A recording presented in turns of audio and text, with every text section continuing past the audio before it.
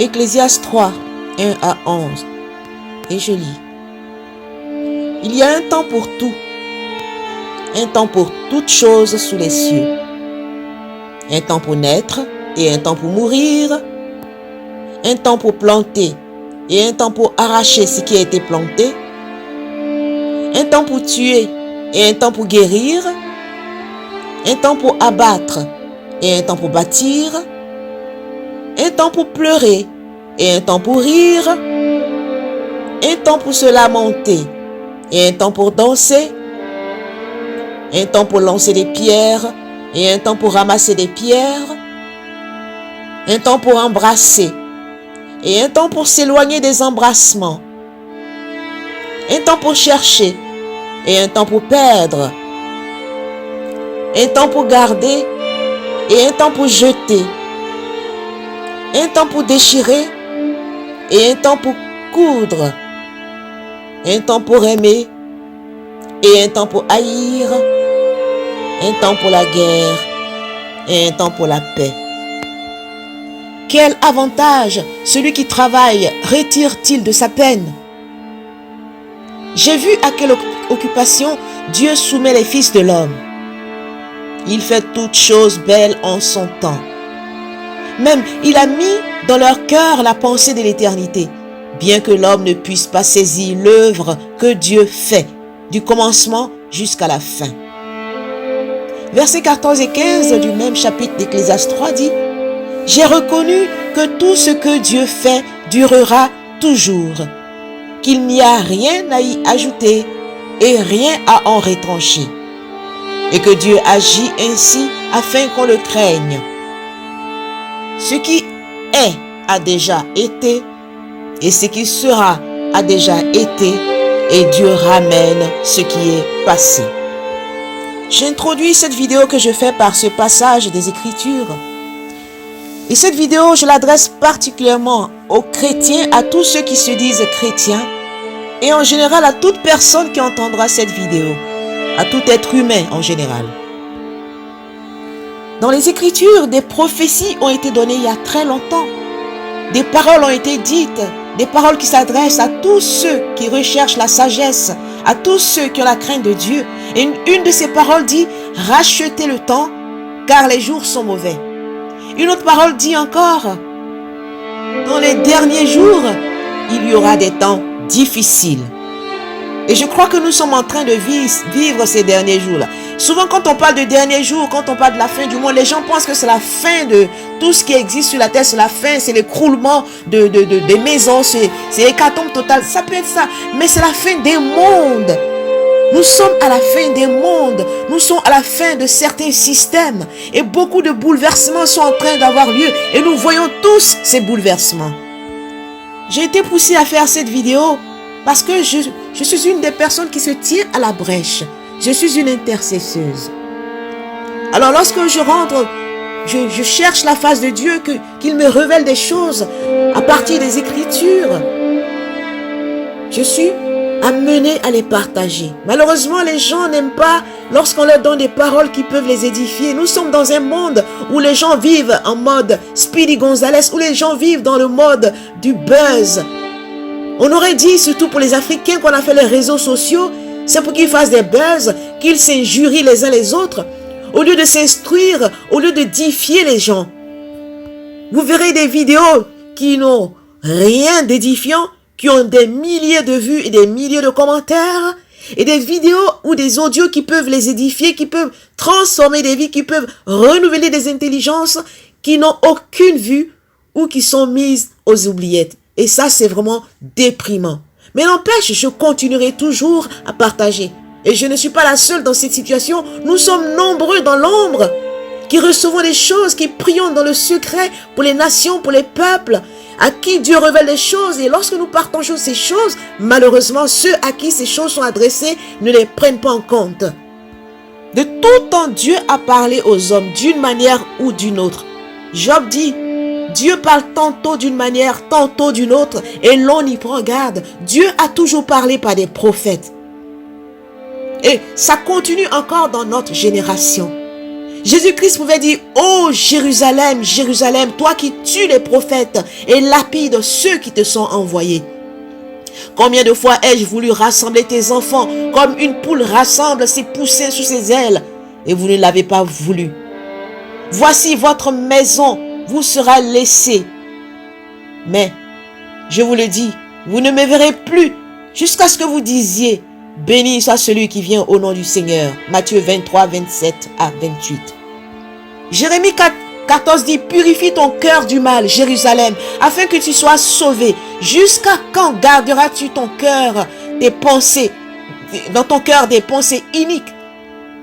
Jérémie 6, 8 nous dit, reçois instruction, Jérusalem, de peur que je ne m'éloigne de toi, que je ne fasse de toi un désert, un pays inhabité.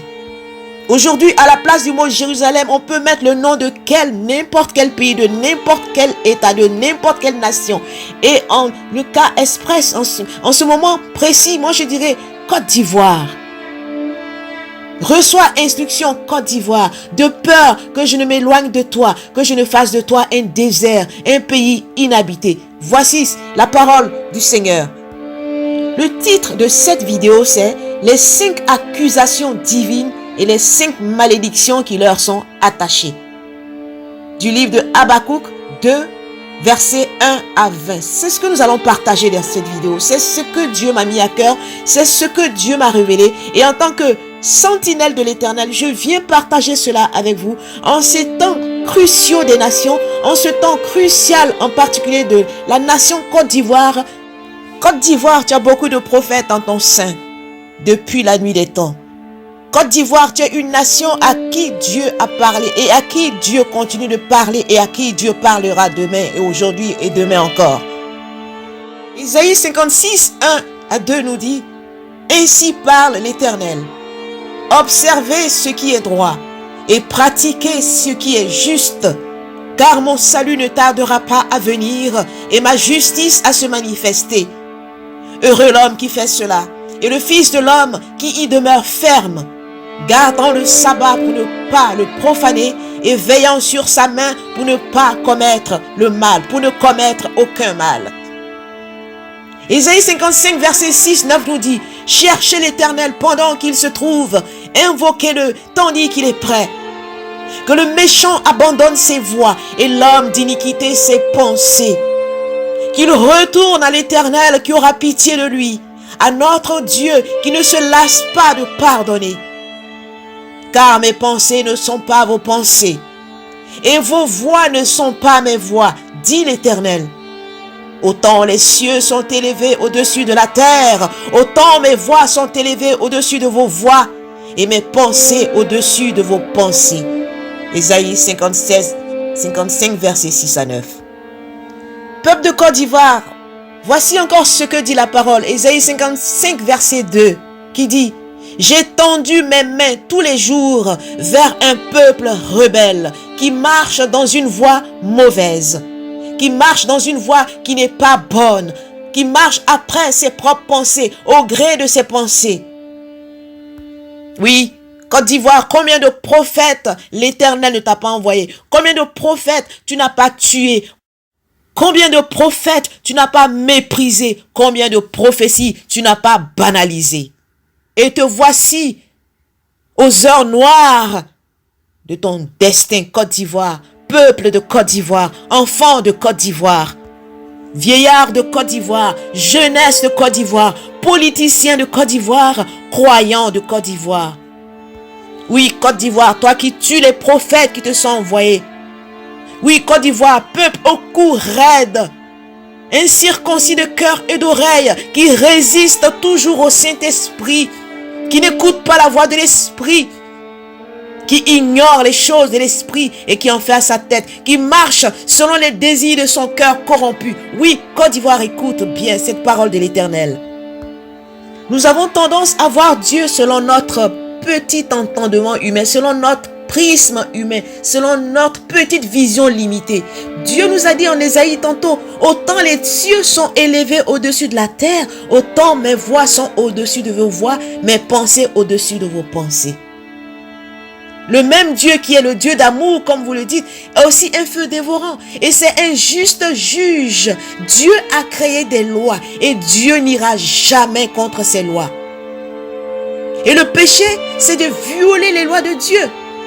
Le péché, souvent on pense, c'est juste l'adultère, l'impudicité. Le péché en tant que tel, c'est de pervertir la loi divine, c'est de violer la loi divine. Et quiconque viole la loi est maudit. Quiconque viole la loi reçoit le coup de bâton en revers. Et c'est ce qui vous va nous amener dans le livre de Habakkuk. Je vous disais que je suis une intercesseuse. On se tient à la brèche, on se tient à la muraille. On pleure devant Dieu pour les nations. On crie devant Dieu pour les nations, dans les jeûnes, dans la prière, dans l'humiliation. Et pendant ces moments-là, on reçoit des choses. Et il y a des choses qu'on peut dire, il y a des choses qu'on ne peut pas dire. Mais dans le secret, on reçoit beaucoup de choses. Notre âme soupire jour après jour pendant que d'autres s'amusent. Et voici la parole que l'Éternel vous donne, peuple de Côte d'Ivoire en particulier, et peuple africain en général, et peuple du monde en général. Le prophète Habakkuk dont nous allons parler, donc la prophétie de qui nous allons parler, est un contemporain des prophètes Jérémie, Ézéchiel, Daniel, Sophonie, des grands prophètes de la Bible. Et Habakkuk a prophétisé dans les derniers jours de l'empire assyrien et dans les premiers jours de l'empire babylonéen sous Nabopolassar et son fils Nebuchadnezzar, pour ceux qui lisent la Bible. Et c'est ce Nebuchadnezzar qui a amené le peuple d'Israël en captivité, qui a amené le peuple d'Israël en exil, qui l'a sorti de son pays à cause de sa rébellion contre les lois de l'Éternel, contre les lois divines. Et Habakkuk était un prophète intercesseur. C'était un prophète qui priait pour les nations. C'était un prophète qui se tenait à la brèche. Le livre d'Habakkuk commence par une plainte à Dieu à cause du péché de son peuple.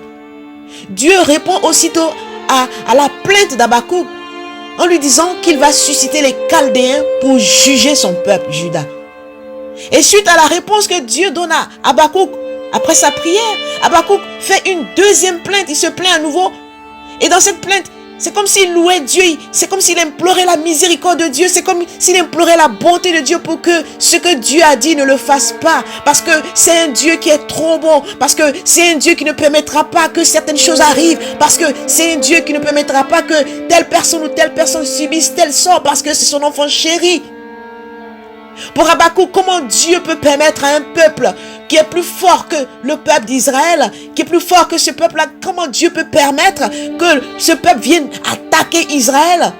C'est injuste.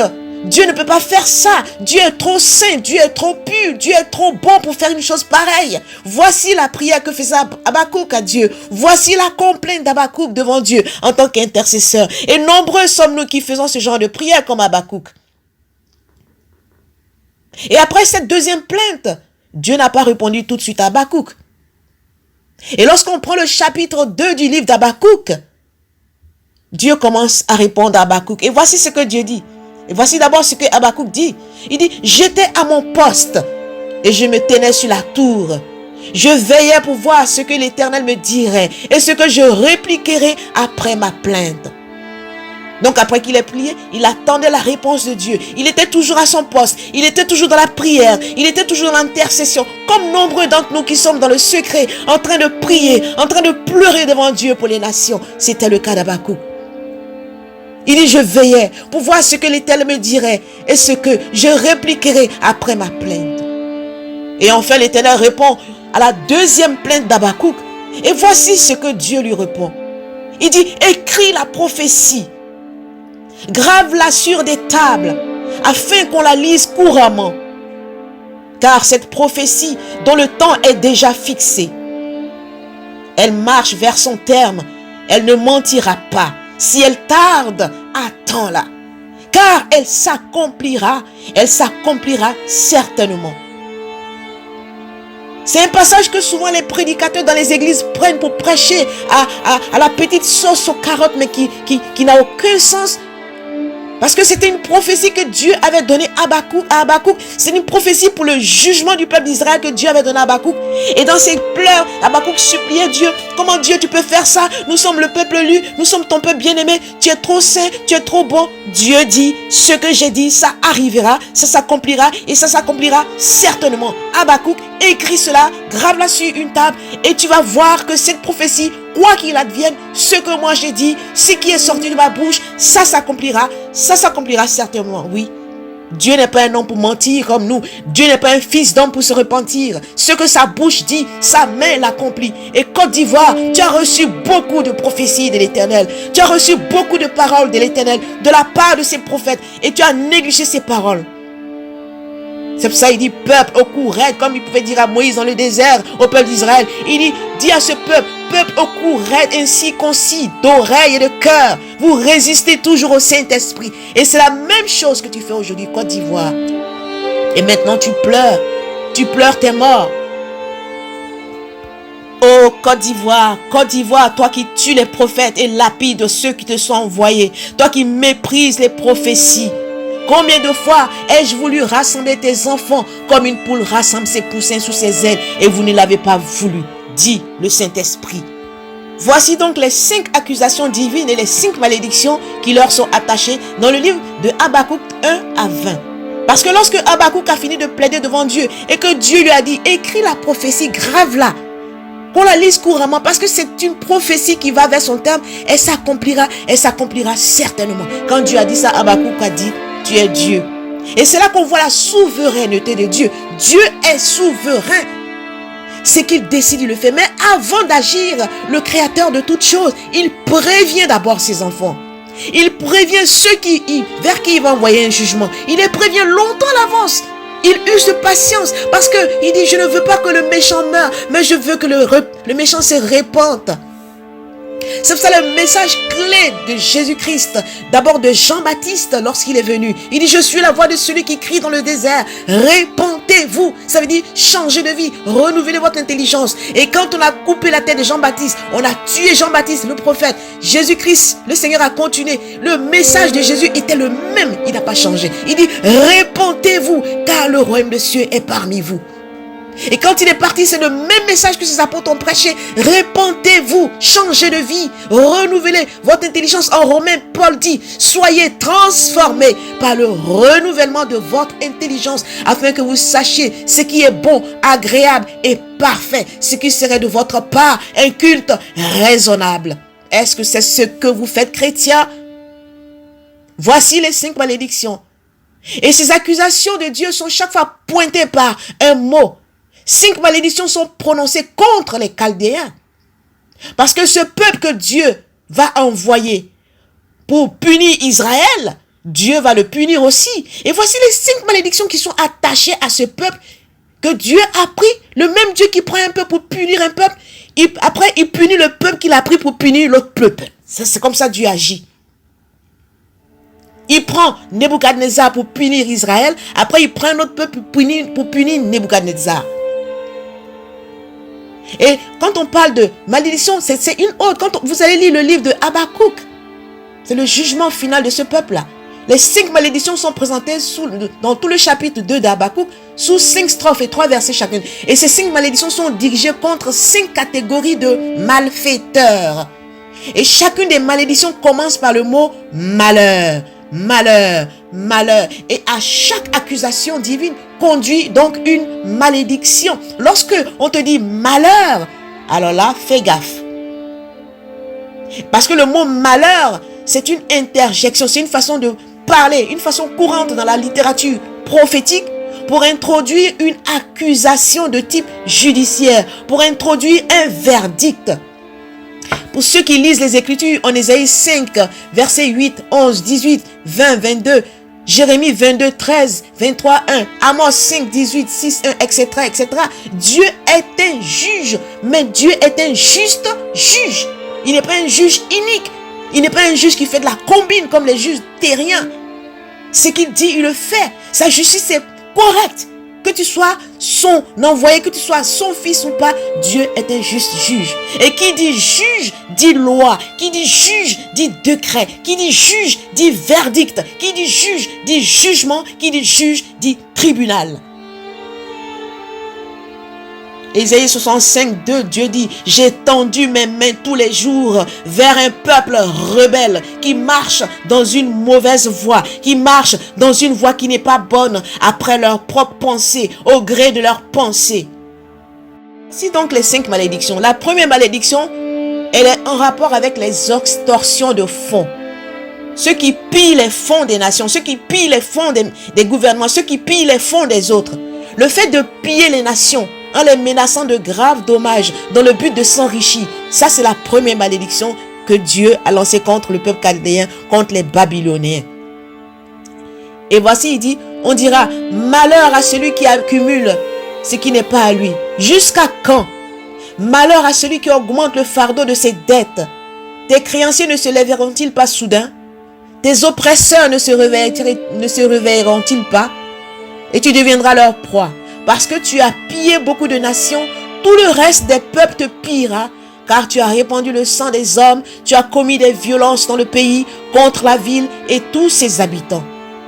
Donc ceux qui pillent seront pillés à leur tour par les nations qui auraient survécu à leurs exactions, par les nations qu'ils auront pillées. Première malédiction. La deuxième malédiction, c'est l'exploitation préméditée dans le but de satisfaire sa cupidité. Voici ce que dit la parole. Malheur à celui qui amasse pour sa maison des gains iniques, afin de placer son nid dans un lieu élevé pour se garantir de la main du malheur. C'est l'opprobre de ta maison que tu as résolu en détruisant des peuples nombreux, et c'est contre toi-même que tu as péché, car la pierre crie au milieu de la muraille et le bois qui lie la charpente lui répond. Les maisons de Babyloniens faites de pierre et de poutres étaient arrachées des bâtiments des gens qu'ils avaient vaincus. Et ces pierres témoignaient contre eux. Ils ont pillé les maisons des gens, ils ont cassé les maisons des gens, ils ont pris des pierres des maisons et ils sont allés chez eux avec ça pour reconstruire eux leur ville.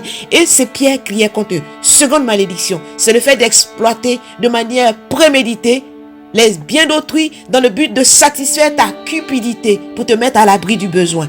Seconde malédiction. La troisième malédiction, c'est le despotisme impitoyable.